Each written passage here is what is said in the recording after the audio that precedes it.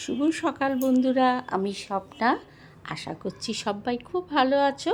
তো দেখো, সকালবেলা দেখো তোমাদেরকে আমি নিম গাছটা দেখাচ্ছি। আমার ঘর থেকে নিম গাছটা দেখা যায়, এত সুন্দর না। আর এই নিম গাছের হাওয়া না শরীরের জন্য কিন্তু খুবই ভালো, জানো তো বন্ধুরা। আজকে ব্রেকফাস্টে দেখো খাবো কচুরি। এখানে 4টে কচুরি আছে।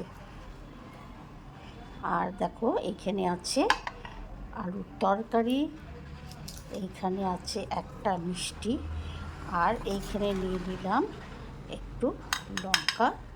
এই দেখো একটু লঙ্কা, আর নিয়ে নিলাম 1 কাপ চা। এই হলো আজকে আমার ব্রেকফাস্ট।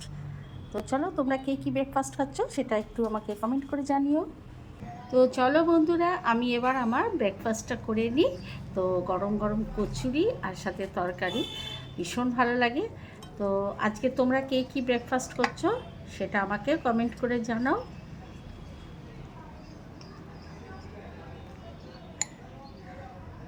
এবং কাবলি চানা দিয়ে তরকারিটা ভীষণ ভালো লাগে,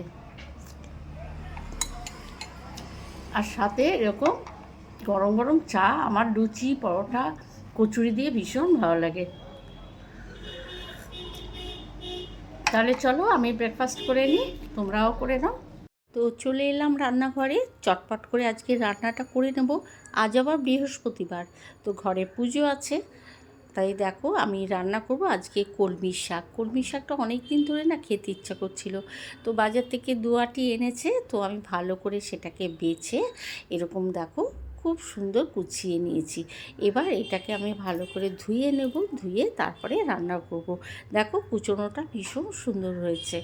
তো আজকে কাজ সেরে একটু বিকেলবেলা বেরোবো, কোথায় যাব সেটা তোমাদের সাথে শেয়ার করব। দেখো এখানে আমি শাকটা বসিয়ে দিয়েছি। কড়াইতে সর্ষের তেল দিয়ে তার মধ্যে আমি একটু 5 ফোড়ন আর একটা শুকনো লঙ্কা ফোড়ন দিয়েছি। তারপরে বেশ খানিকটা রসুন কুচি করে ওর মধ্যে দিয়ে দিয়েছি। দিয়ে রসুনটা যখন একটু লাল ভাজা ভাজা হয়ে মানে গন্ধ ছেড়েছে, তার মধ্যে আমি এই শাকটা ছেড়ে দিয়েছি। এবার যখন একটু মজে এলো, তার মধ্যে দিয়ে দিয়েছি নুন, হলুদ, আর দিয়ে দেবো চিনি, যে কেননা একটু মিষ্টি মিষ্টি না হলে ভালো লাগবে না। আর দিচ্ছি কাঁচা লঙ্কা। তো এবার ভালো করে ওপর নিচ করে এটাকে আমি মাখিয়ে নেব পুরো, নুন হলুদ মিষ্টি সমস্তটা। এইবার আমি এটাকে ঢাকা চাপা দিয়ে আস্তে করে সিমে রান্না করব। তো এটা চটজলদি হয়ে যাবে। এই দেখো তৈরি হয়ে গেল আমার কলমি শাক। তো চলো বিকেলে বেরোবো, তারপর দেখাচ্ছি। আলিপুরে একটা কাজ ছিল, তো সেই কাজটা হয়ে যাওয়ার পর আমরা হাজরা হয়ে কালীঘাট হয়ে আসবো। তো হাতে অনেকটা সময় ছিল, তাই বোনকে বললাম যে চল না একটু কালীঘাট থেকে ঘুরে যাই। অনেক দিন কালীঘাটে আসা হয়নি, মানে নতুন করে রেনোভেট করার পর কালীঘাটে আমার আসা হয়নি। তো সেই জন্য চলে এলাম আমরা 3জন। আর অলরেডি বৃষ্টি টিপটিপ করে শুরু হয়ে গেছিলো, তবুও মায়ের ডাক, মা ডেকেছেন, চলে এলাম আমরা একটু দর্শন করতে।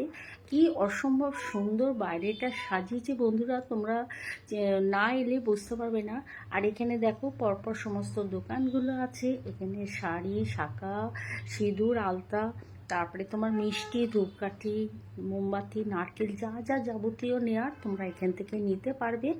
আর প্রচুর দোকান আছে এখানে, ছোট ছোট স্টলগুলোর মতন করা, ভীষণ সুন্দর লাগছে দোকানগুলো।